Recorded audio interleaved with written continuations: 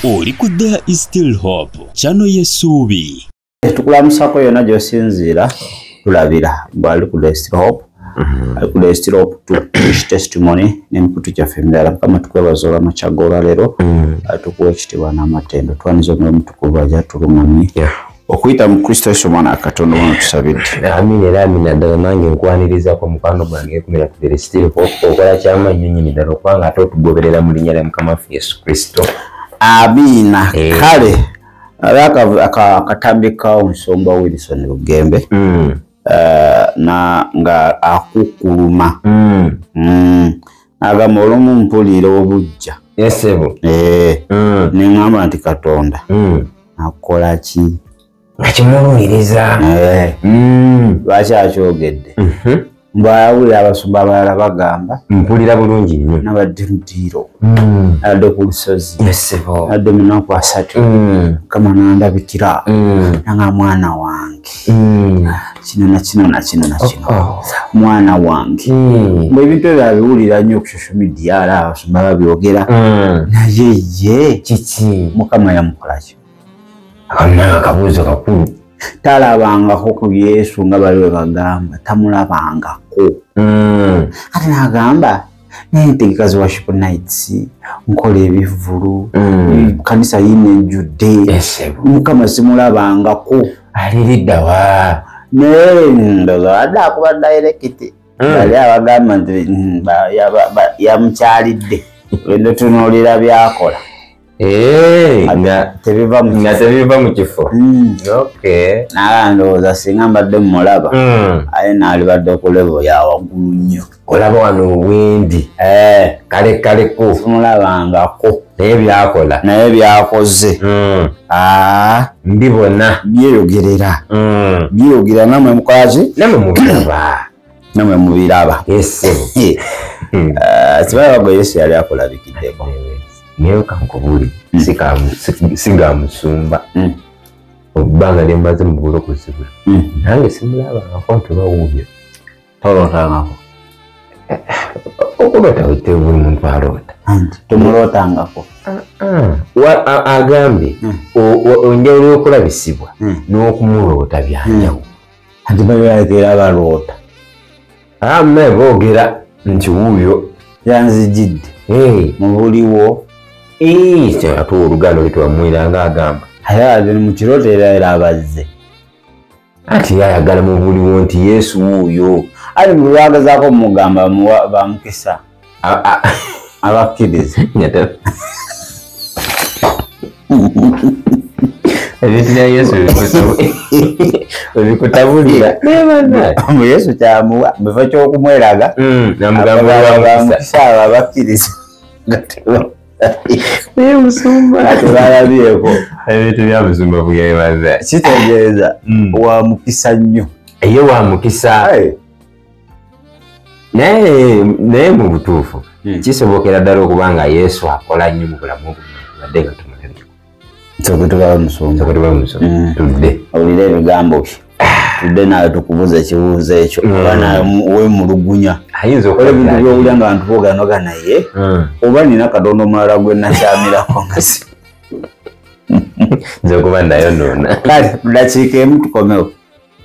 Nyumirwa nnyo abasumba mwenna abagamba nti Yesu yajja n'akukyalira n'omulaba n'akutuma gwe ne Katonda muli ku levo ndala kati ate ffe kyonna kye twamukola simanyi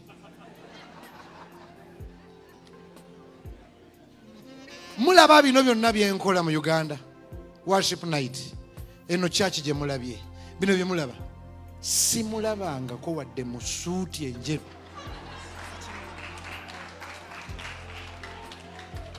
naye some people babadde bamukisa era nze boogera ngamba actually sometimes I even get jealous. I hear servants of God that say, 5 times I've seen Jesus in my room and he told me, my son, I want you to do this. Nembuza nze nakola kiki nnyini buli wenkimusaba sebo neeraga anteka wali balina omukisa abakkiriza nga tebalabye balina omukisa abakkiriza nga tebalabye simulabangako mu ssaati enjeru naye ndabye byakoze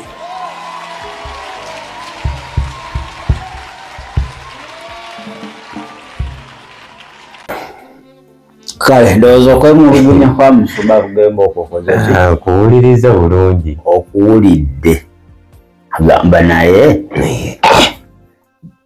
ntufa owulira ebintu awantono omutono gwekinoga alimba oba tofuna mwalo byempya nayesoka atwana my encounter with Jesus nalitudawo mu ntebe najja mu buliwo ne mulaba nanga mwana wange era embadde kanze emasamaseti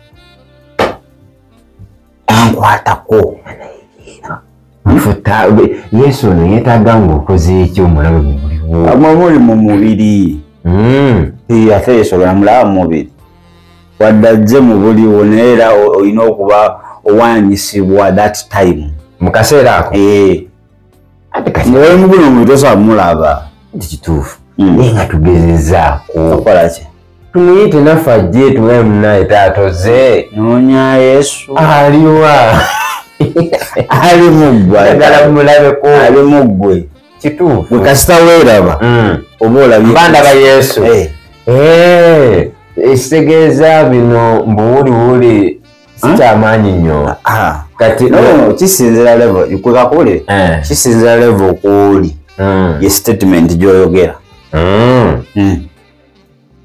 ekitegeede level gyoliko ye statement gyokola tetuli ku level yemu tuli ku different levels ez'enjawulo era sotulaawo ati n'alaba nature neyogera nga iringa Yesu abakimanyi labe Mukama ngambye waati noseka emuneemu n'abalala omubuzaaze n'amakerendago ag'obulwadde nza okuba weerabidde omira oli musiru aliwa wali omunaye n'abalala bempulira ati mbadde mu kusaba Mukama n'aleetera kino ekintu kati nze bujo neebuuza naye ife tusabira mu maaso go mu mubiri ate kati olaba okusaba okwo banasomesako principles of prayer naba ate okusaba okwo one sooka motive ki gyolina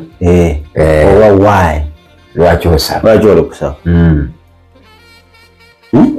ekyokubiri motive ekikuvugira reason n'ensonga okitegedde ekyokusatu faith okukkiriza okusaba kutusabirako buli omu asabira ku level ye y'okukkiriza ekyokuna your relationship with God awo kekekasinga obukulu kubanga kati oyinza okwekalakaasa n'enkolaganayo naye temuli saala erina principles ezigivuga era otazifollowinga paka etuli kutwala omubiri gye gugenda okubeera paka nga tomulabire nga bintu bigaanye oyinza n'okusaba ekiro kyonna ebigaana oli najja addakiikaaga nayanukulu it's not all about having many hours tekitegeeza kuba singa kyetusooka okukola mu bulamu relationship okuzimba enkolagana eno bimanyi bintu ebimu tojja kusaba ojja kwogera bwogezi anti kati folaawe nze kyemmanyi abaloko wetwala okugira mu bintu biringa 2-3 ebirooto tusaba nnyo tusiiba nnyo anti awo musabe obutakoowa nze nkubuulira ebintu ebyo naye nga omuntu asobola okugamba nti tuloosiriikirira ofumintirize ku nnyumba Mukama ajja kwogera naawe ntya bafumentiriza batya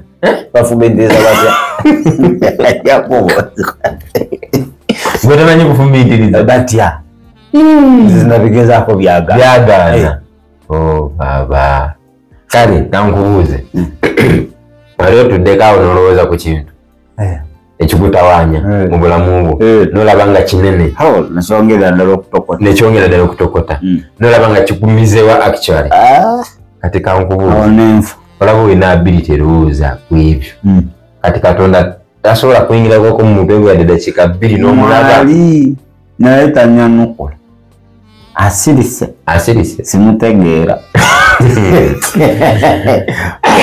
ebyo bintu bisatu nze kyemmanyi bitwalo ayina kankubuulire you cannot meditate upon God, I don't have a relationship with him. That is very true. Otandika okulowooza ku muwala gw'otayagala. Ate kati mutandika kulowooza. Onasooka kugwa mu mukwano naye. N'akunyumira. Ogwa mu mukwano naye.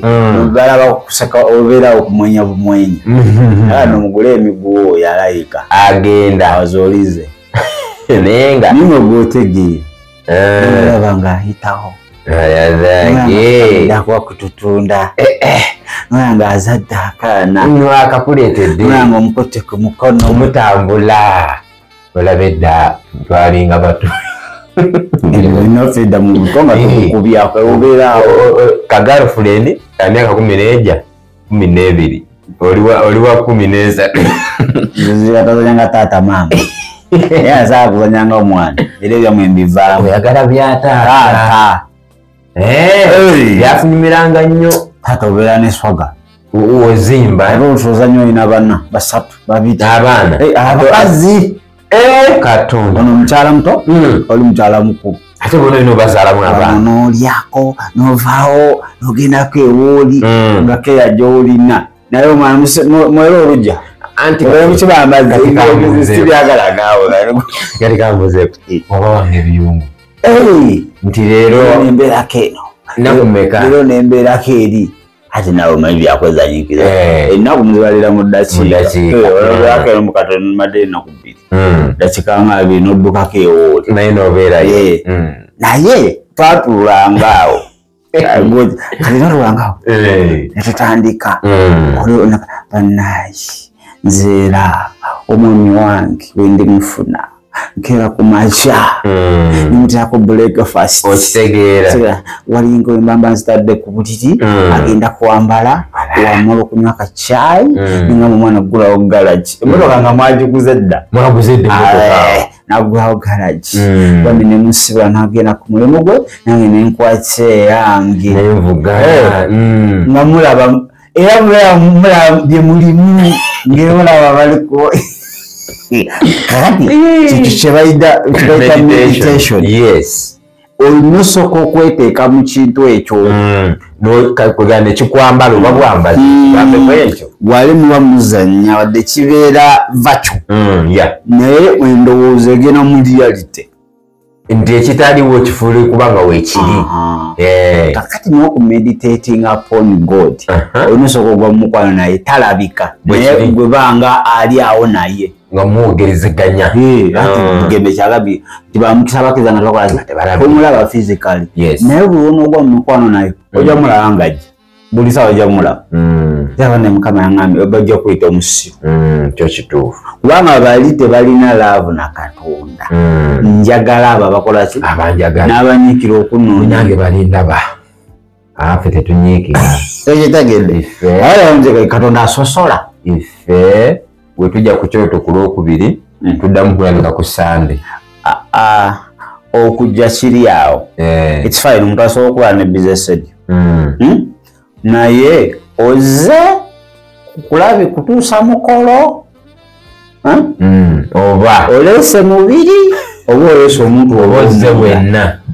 Omanyi nti nosobola okujja ku church naye ng'ozeeko bitundu. Ano bankubulire waliyo abantu nga baakoma okulabikako mu maaso ga Katonda myaka 10 emabega naye nga tayosa abeera ever present tayosa naye nga before God yakoma okwapiyalinga 10 years.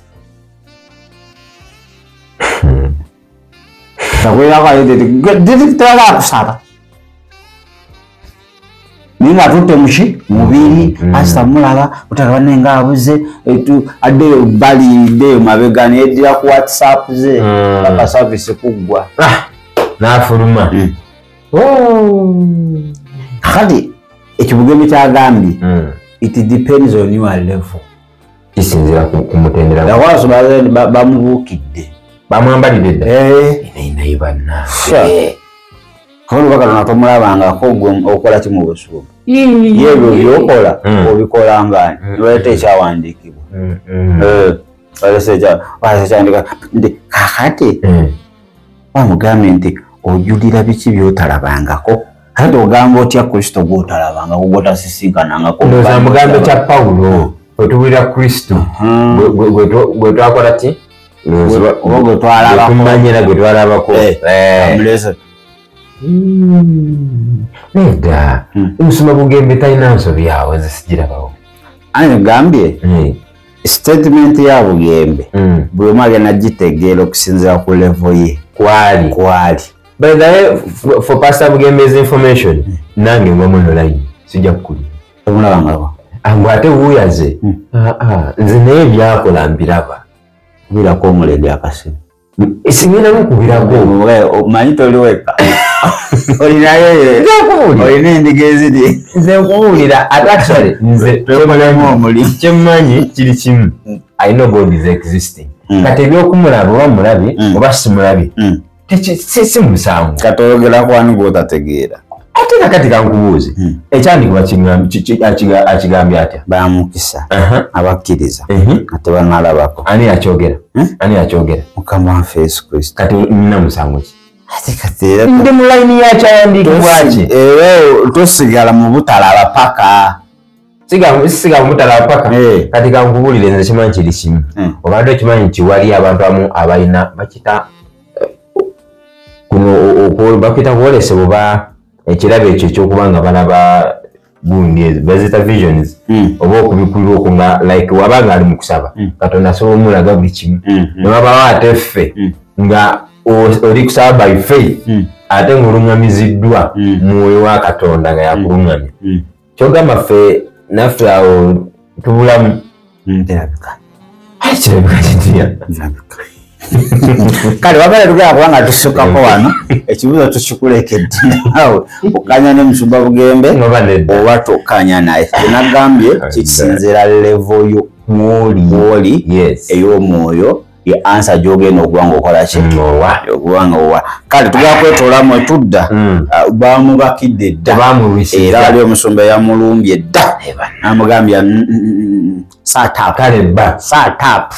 up kati gwe abantu bagamba si byotamanyi Kristo gwotalabangako katugo oba butiki sokoddeyo mu discipleship class bansomese kirako emutundu gamba Yesu bya Yesu nkwebaza kyali mulwatudde obeera omulokozi wa nyambo nungamye mu lugendo lw'obulokozi mu linnya erya Yesu amina era amina kale bamugambye aliteeko mu mutundwe emutunde mu bapya naawe osobola oyitirayo okwo tomanya nze bayo nga Yesu omulabye twetole mudasika emutukomero webale kulaba There is Still Hope okumanya ebisingawo tukubire ku 0752 34 14 47 oba ku 0761 08 83 15 osobola n'otufuna ku email eya tishitv74@gmail.com eno ye There is Still Hope channel y'essuubi.